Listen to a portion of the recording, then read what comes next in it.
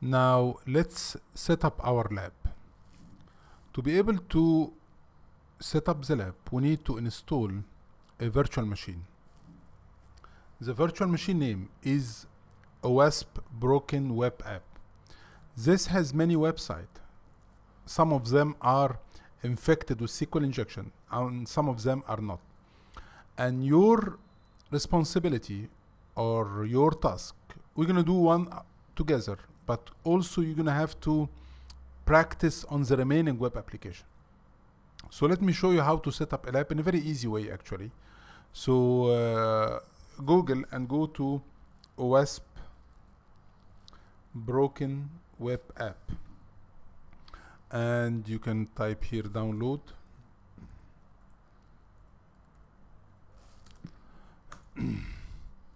And then you go to OWASP website. You can download it from here as well, except here they have more option into OWASP website. OWASP Broken Web App. And as you can see, you know, this is some information about OWASP. You go to the download here, download latest release, and they have different version. I mean, they have the ones that can work on VirtualBox, one can work on virtual machine. I prefer that you use the virtual machine one. So we're gonna open the first one, 1.2 version. And inside this folder, you're gonna find different OWASP. This is just an ISO image. And as you can see, if you check the first one, for instance, this has extension of OVA, which is a VirtualBox, which you are not looking for a VirtualBox unless you have VirtualBox. But I prefer to do like myself and have the same lab, so you'll be following and no problem can be showing. So you should choose the zip file. This is the VM or the virtual machine. So click on this one, and it will start the download process. It's around, I believe, 2 GB or 1.6, something like that. This is the file. It's 2.2 GB, but actually since I already downloaded, so the file I already downloaded here. So assume that you did download the file, and in my case, I downloaded the file, and here you go. This is the file that has been downloaded. The second step, you're gonna right click on it and you're gonna extract the file. So you click on and extract the file on the same location. Just make sure if you like save the file on the C drives that you have enough space on C. And I usually prefer that you don't save anything on C. Save it on D or E on external hard drive, you know. But since I mean, if I click on OK, you're going to see that I already have the folder extracted. So I'm going to cancel the process. Once the folder have been extracted, it will be saved on the disk here. OWASP, here you go.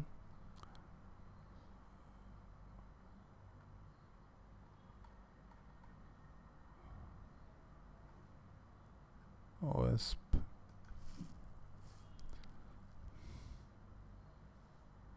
Yeah, here you go. And if you open the file, you're gonna find many files, including a virtual machine.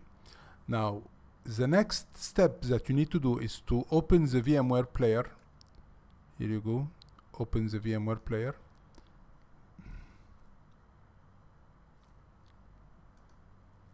And go to the home tab and choose open a virtual machine, not create, open a virtual machine. Open a virtual machine, and then you go to the location of OWASP.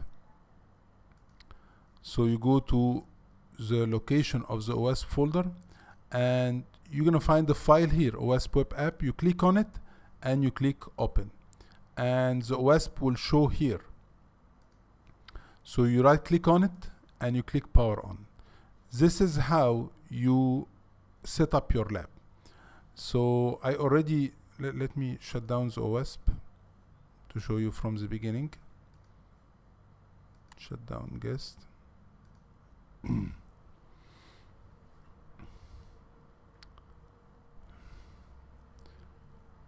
Now OWASP has a default username and password. Okay, so please write them down So as I told you, once it open, it will show here. You click on play virtual machine, and you're gonna see that it will request a username and password. By the way, the first time you run OWASP in a virtual machine, it will ask you, would you like to did you copy it or move it? It doesn't matter, choose copy it or move it, is the same. This is only when you've opened the virtual machine from the first time here. And if you have any problem downloading the virtual machine, let me know. I'll send you a Dropbox link to download it. So it start the OWASP.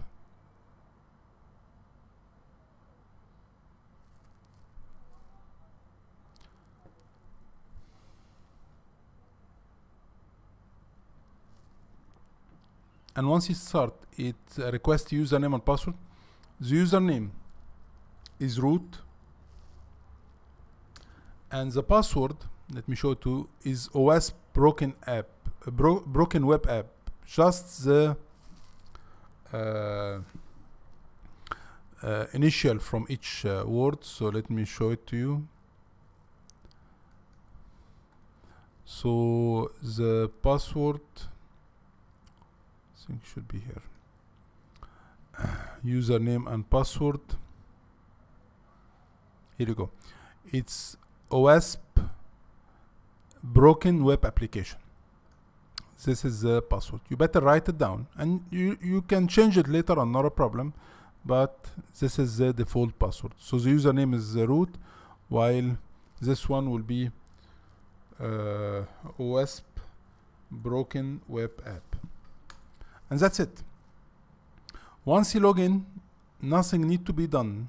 On root again. Sorry. Root. Enter. OWASP broken web app. Okay. So he logged in. You don't need to start a graphical interface. You don't need nothing. All you need to have is the IP of this computer. So you type ifconfig and you get the IP. The IP here is 192.168.163.145. This will be your website that you're gonna test.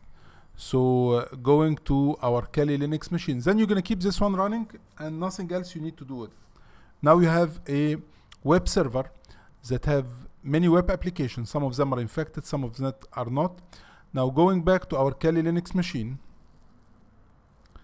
and let's see if the web application is up and running or not. So I'll close everything to start from the beginning. Sorry, I was just testing everything. So this is the Kali Linux machine, the hacker machine. Open your browser and type the IP that for the OWASP. So here you go. I'm gonna type 192.168.163.145, and it will open the OWASP broken web app. Each one of those is a website that has a web application which you can test. I mean, in our case, you're gonna take this one, OWASP break. This is a website that has a database. It has a login. If you go here to login page, you know, you have different user to login.